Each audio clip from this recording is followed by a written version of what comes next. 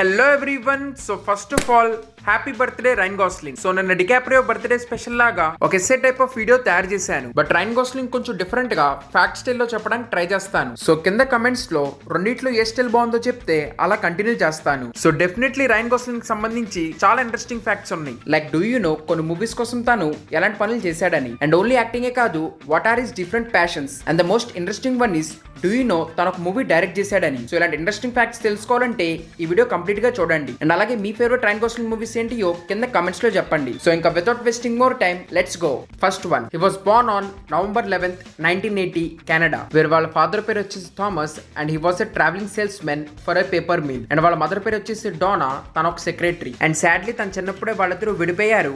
And from then he's with his sister and mother. Second one, చిన్నప్పుడు స్కూల్లో తన అందరూ ట్రబుల్స్ అని పిలిచేవాళ్ళు. And he's big fan of Rambo movie. So troubles అని ఎందుకు పిలిచేవాళ్ళు అంటే చిన్నప్పుడు తన స్కూల్లో చాలా ఫైట్స్ లో ఇన్వాల్వ్ అయ్యేవాడు. ఇన్ఫాక్ట్ రాంబో మూవీ చూసి ఇన్స్పైర్ అయ్యి బ్యాగ్ లో కత్తులు పెట్టుకుని స్కూల్ కి తీసుకెళ్లాడు. బట్ లక్కీలీ స్కూల్లో పిల్లలకి ఏం కాలేదు. అండ్ ఇంకా వీటన్నిటి మూలన తన స్కూల్ మనిపించేసి వాళ్ళ మదర్ తన్ని హోమ్ స్కూలింగ్ తీసుకున్నారు. అండ్ అందుకే ఒకసారి తను చెప్పాడు దట్ చిన్నప్పుడు తనకు పెద్దగా ఫ్రెండ్స్ ఎవరు లేరు, తన బెస్ట్ ఫ్రెండ్ అలా వాళ్ళ సిస్టరే అని. And third one, he was a natural performer and music lover. So చిన్నప్పటి నుంచి తన స్కూల్ లైఫ్ సరిగా ఉన్నా లేకపోయినా he use to like singing and dancing. And వాటికి సంబంధించి చిన్న చిన్న ఈవెంట్స్ వాళ్ళ ఫ్యామిలీ గ్యాదరింగ్స్ లో తను చేస్తూ ఉండేవాడు. ఫోర్త్ వన్, చిన్నప్పటి నుంచి తనకి బ్యాలెట్ డాన్స్ అంటే కూడా ఇష్టమే. సో అందుకే చైల్డ్హుడ్ లో తను బ్యాలెట్ డాన్స్ క్లాసెస్ కు వెళ్ళాడు. So ballet dance helped him with discipline and body control. In fact now also అప్పుడప్పుడు he revisits ballet to stay sharp. Fifth one, childhood's big break. So చిన్నప్పటి నుంచి he was very interested about movies. So అందుకే he was looking for opportunities. The Mickey Mouse club house casting call release చేశారు. Where 70,000 applications were submitted for that role. And auditions లో వాళ్ళందరినీ beat చేసి he got that role, which was really a big break for him because it was very popular and it helped him to explore his talents. And అలాగే he acted with future stars like Justin Timberlake, Britney Spears and many others. So ఆ show 2 seasons కి run అయింది, which gave him a early exposure of entertainment world. Sixth one, The Believer. After that he tried in one sitcom. ఆ తర్వాత హర్క్యులీస్ అనే ఒక TV షోలో తను act చేశాడు. అండ్ దాంట్లో యాక్ట్ చేసాక తనకు అర్థమైంది టీవీ షోస్ తనకు సూట్ అవ్వని. అండ్ తర్వాత తన మూవీస్ లోకి వచ్చాడు. బట్ తనకు కరెక్ట్ గా రికగ్నైజేషన్ తెచ్చింది మాత్రం ది బిలీవర్ మూవీ. సో ఈ మూవీలో స్టోరీ వచ్చేసి ఒక యంగ్ జూవిష్ బాయ్ ఎలా స్లోలీ నియోనాజీ కింద కన్వర్ట్ అయ్యాడని. సో ఇలా ఎమోషనల్ డెప్త్ ఉన్న కాంప్లెక్స్ క్యారెక్టర్ ని తను ఎంతో సీరియస్ గా చాలా బాగా యాక్ట్ చేశాడు. సో ఇదొక ఇండీ ఫిల్మ్ అయినా కానీ $1.3 million కలెక్ట్ చేసింది. సో ఇలా బిలీవర్ మూవీ మూలన హాలీవుడ్ లో చాలా మందికి తన గురించి తెలిసింది. Sixth one, first iconic role. So Believer ఒక ఇండీ మూవీ కాబట్టి హాలీవుడ్ లో పనిచేసే వాళ్ళకి తన గురించి తెలిసింది. బట్ 2004 లో రిలీజ్ అయిన ది నోట్బుక్ మూవీ తన మెయిన్ స్ట్రీమ్ మీడియాలో తెచ్చింది. ఇన్ఫాక్ట్ ఈ మూవీతోనే he got that lover boy tag. And wide range of audiences కి ఈ మూవీ బాగా నచ్చింది, especially chemistry between Gos and Rachel. కానీ సర్ప్రైజింగ్లీ ఆన్ స్క్రీన్ అంత కెమిస్ట్రీ ఉన్నా కానీ ఆఫ్ స్క్రీన్ మూవీ షూటింగ్ అప్పుడు వాళ్ళిద్దరి మధ్యలో చాలా గొడవలు జరిగేవంట. Well, that's what we do. We fight. But the funny part is movie release అయ్యి కొన్ని రోజులయ్యాక they both started dating each other. Seventh one, first Oscar nomination. So తను వర్క్ చేసిన మూవీస్ కి చాలా అవార్డ్స్ లో నామినేట్ అయ్యాడు అండ్ అలాగే చాలా గెలిచాడు. But for the first time Half Nelson మూవీకి he got nominated in Oscars. So this movie is about a middle age school teacher who deals with drug addiction. So దీనికి తగ్గట్టు he gave a excellent performance. So అందుకే దాన్ని ఆ మూవీకి Oscar లో nominate చేశారు. Eighth one, 2009 లో release అయిన ది లవ్ అండ్ బోన్స్ మూవీకి ఫస్ట్ లో రైన్ గాస్లిన్ తీసుకుందాం అనుకున్నారు. అండ్ ఆ మూవీలో క్యారెక్టర్ కోసం Ryan Gosling gain weight of 60 pounds. And అలా వెయిట్ పెరగడానికి తను రోజు మెల్టెడ్ ఐస్ క్రీమ్ తాగేవాడంట. కానీ here comes the sad part. ఆ మూవీ షూటింగ్ స్టార్ట్ అవడానికి 3 days ముందు తన క్యారెక్టర్ లోంచి తీసేశారు. కానీ అప్పటికే తను ఆల్రెడీ వెయిట్ పెరిగిపోయాడు. అండ్ ఇంకా దాంతో he took a long gap. ఇప్పుడు తను అన్నాడు కూడా ఫ్యాట్ అండ్ అన్ఎంప్లాయిడ్. బట్ ఆ టైంలో తను చాలా ఇంట్రెస్టింగ్ విషయం చేశాడు, which takes us to the 9th point, which is creating a band called Dead Man Bones. So మీకు ఆల్రెడీ చెప్పాను తనకు మ్యూజిక్ మీద చాలా ఇంట్రెస్ట్ ఉందని. సో తను వాళ్ళ ఫ్రెండ్ అండ్ జాక్ తో కలిసి ఈ బ్యాండ్ స్టార్ట్ చేశాడు. So they both were fascinated with ghost, monsters, super natural elements ఇలాంటివన్నీ. సో అందుకే వాటికి సంబంధించి ఒక స్పూకీ ఇండీ ఫోక్ వైబ్ ఉండే సాంగ్స్ తయారు చేశారు. అండ్ దానికి సంబంధించి వాళ్ళు ఓన్లీ ఒకే ఒక్క ఆల్బమ్ రిలీజ్ చేశారు, which is dead man bones అని. సో రిలీజ్ చేసింది ఒకటైనా కానీ slowly it became famous among fans. And the best part is వాళ్ళ ఆల్బమ్ నుంచి ఒక song one of the most popular movie అయిన 500 Days of Summer లో యూస్ చేశారు. సో అలా it was introduce to more audience. And only మ్యూజికే కాదు, he's also talented in other aspects, which comes to the 10th point, that he is the skill chef. So only acting మ్యూజికే కాదు, he also knows how to cook. In fact in fact 2004 లో వాళ్ళ friend తో కలిసి ట్యాంగిన్ అనే ఒక రెస్టారెంట్ కూడా open చేశాడు in Beverly Hills, which was inspired by a Moroccan theme. In fact కొన్ని ఇంటర్వ్యూస్ లో గాస్లిన్ చెప్పాడు that cooking is a deeply satisfying creative outlet for him అని. And then comes 11th one, Blue Valentine. Half Nelson that he did few movies, but stand out in the Blue Valentine because of its intense heartbreaking love story. ఈ మూవీలో తన character మేకౌట్ కూడా చాలా interesting గా ఉంటది. Like తన hair అదంతా కూడా చాలా డిఫరెంట్ గా ఉండిద్ది. And the most interesting part is movie కోసం మూవీలో యాక్ట్ చేసిన మెయిన్ లీడ్స్ ఇద్దరు కూడా మూవీ షూటింగ్ కన్నా ఒక 1 month ముందు నుంచే నిజంగా నా ఇంట్లో ఇద్దరు కలిసి ఉన్నారు, సో దట్ స్క్రీన్ మీద రియలిస్టిక్ గా ఉండాలని. అండ్ అలాగే ఈ మూవీ కోసం తను యూక్లిలే ఇన్స్ట్రుమెంట్ ఎలా ప్లే చేయాలో నేర్చుకున్నాడు. అండ్ నేర్చుకునే విషయం అంటే that leads to the 12th point. So movie కోసం తను చాలా సార్లు కొన్ని విషయాలు నేర్చుకున్నాడు. లైక్ ఇందాక చెప్పినట్టు బ్లూ వాలంటైన్ మూవీ కోసం యూక్లిలే ఎలా ప్లే చేయాలో నేర్చుకున్నాడు. And same with La La Land. So ఆ మూవీలో మీరు చాలా సార్లు తన పియానో ప్లే చేస్తా చూడొచ్చు. సో అదంతా తను నేర్చుకుని సొంతంగానే పియానో ప్లే చేశాడంట. అండ్ అలాగే నోట్బుక్ మూవీలో ప్లే చేసిన కార్పెంటర్ రోల్ కోసం తను నిజంగానే కార్పెంటరీ వర్క్ నేర్చుకున్నాడు. అండ్ ఆ ప్రాసెస్ లో తను చాలా విషయాలు తయారు చేశాడు.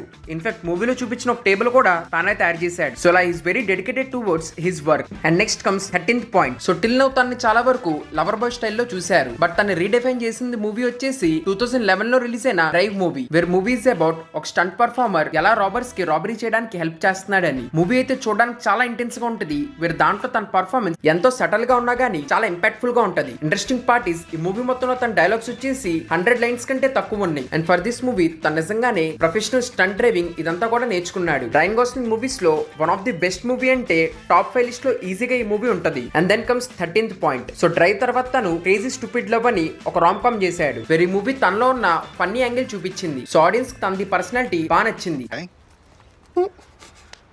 And here is the interesting part. ఈ మూవీ స్క్రిప్ట్ చదవకుండా జస్ట్ ఈ మూవీలో స్టీవ్ క్యారల్ యాక్ట్ చేస్తుందని తెలియగానే తన ఈ మూవీకి సైన్ చేశాడంట. Because is a huge fan of Steve carol. Actually వీళ్ళిద్దరూ కలిసి ఒక టీవీ సిరీస్ పైలట్ ఎపిసోడ్ కు వర్క్ చేశారు, కానీ తర్వాత క్యాన్సిల్ అవడంతో దాన్ని రిలీజ్ చేయలేదు. అండ్ ఇంకా 14th వచ్చేసి as a director. So only actor లాగానే కాదు, తన ఒక మూవీ కూడా డైరెక్ట్ చేశాడు. వేరే ఆ మూవీ పేరు వచ్చేసి లాస్ట్ రివర్. అది 2014 లో రిలీజ్ అయింది. So actually 80s and 90s స్టైల్లో ఉన్న ఒక రొమాంటిక్ మూవీ తను తయారు చేద్దాం అనుకున్నాడు. So basically want to create a fairy tale for adults in which తన పర్సనల్ ఎక్స్పీరియన్స్ అవన్నీ కూడా యాడ్ చేసి మూవీ తయారు చేశాడు. ఇన్ఫాక్ట్ ఓన్లీ డైరెక్టే కాదు, ఈ మూవీని తను రాశాడు కూడా. బట్ ఆడియన్స్ కి ఈ మూవీ అంతకేమీ అనిపించలేదు, దాంతో మూవీ వర్క్ అవ్వలేదు. సో మేబీ ఆ రిజల్ట్ చూసాక మళ్ళీ వర్క్ చేయాలి అనుకోలేదేమో. అండ్ అందుకే టిల్ నౌ ఇంకో మూవీ తను డైరెక్ట్ చేయలేదు. And next comes 15th point, which is movie named Big Short. So actually this movie is about financial crisis in US. So ఆ మూవీలో చాలా మంది యాక్టర్స్ ఉన్నారు, like Christian Bale, Steve Carell, Brad Pitt and many more. But వీళ్ళ మధ్యలో Ryan Gosling character uniquely stands out, because మూవీలో 4th wall break చేసి interesting terms అన్ని తనే ఎక్స్ప్లెయిన్ చేస్తా ఉంటాడు. సో ఈ మూవీలో తన the quirky character style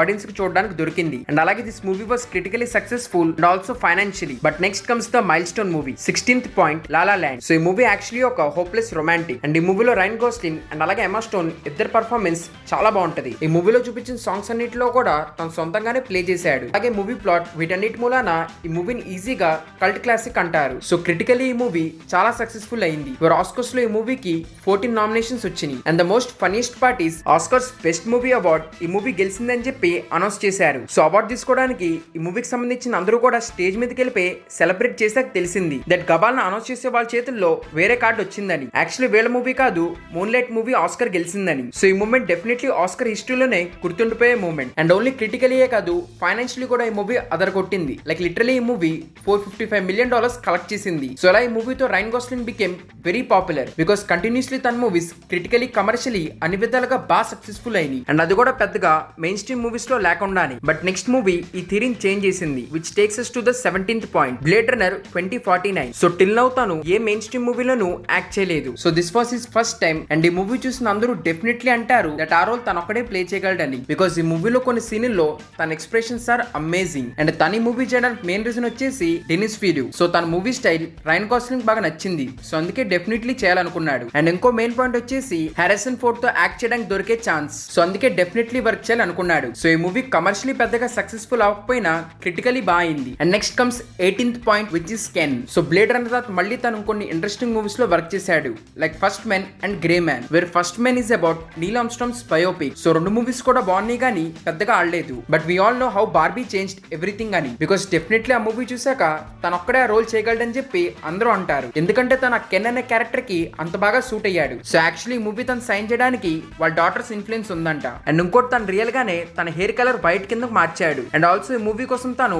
intense work out చేశాడు. సో యాక్చువల్లీ మూవీకి ముందు అనుకున్నారు బార్బీ మూవీలో కెన్ గురించి ఎవరు పట్టించుకుంటారులే అని, బట్ ఈ మూవీలో తన పర్ఫార్మెన్స్ తో ఆ మొత్తాన్ని చేంజ్ చేశాడు. అండ్ అలాగే ఈ మూవీ 1 బిలియన్ కంటే ఎక్కువ కలెక్ట్ చేసింది. అండ్ ఇంకా then comes 19th fact. So is born Canadian కాబట్టి స్టార్టింగ్ మూవీస్ లో he was having that accent problem, but slowly తను అమెరికన్ యాక్సెంట్ ని క్యాచప్ చేశాడు. అండ్ అందుకే తన మూవీస్ లో మనం పెద్దగా నోటీస్ చేయము. And then comes the 20th fact, that is tattoos, where Ryan Gosling have many tattoos.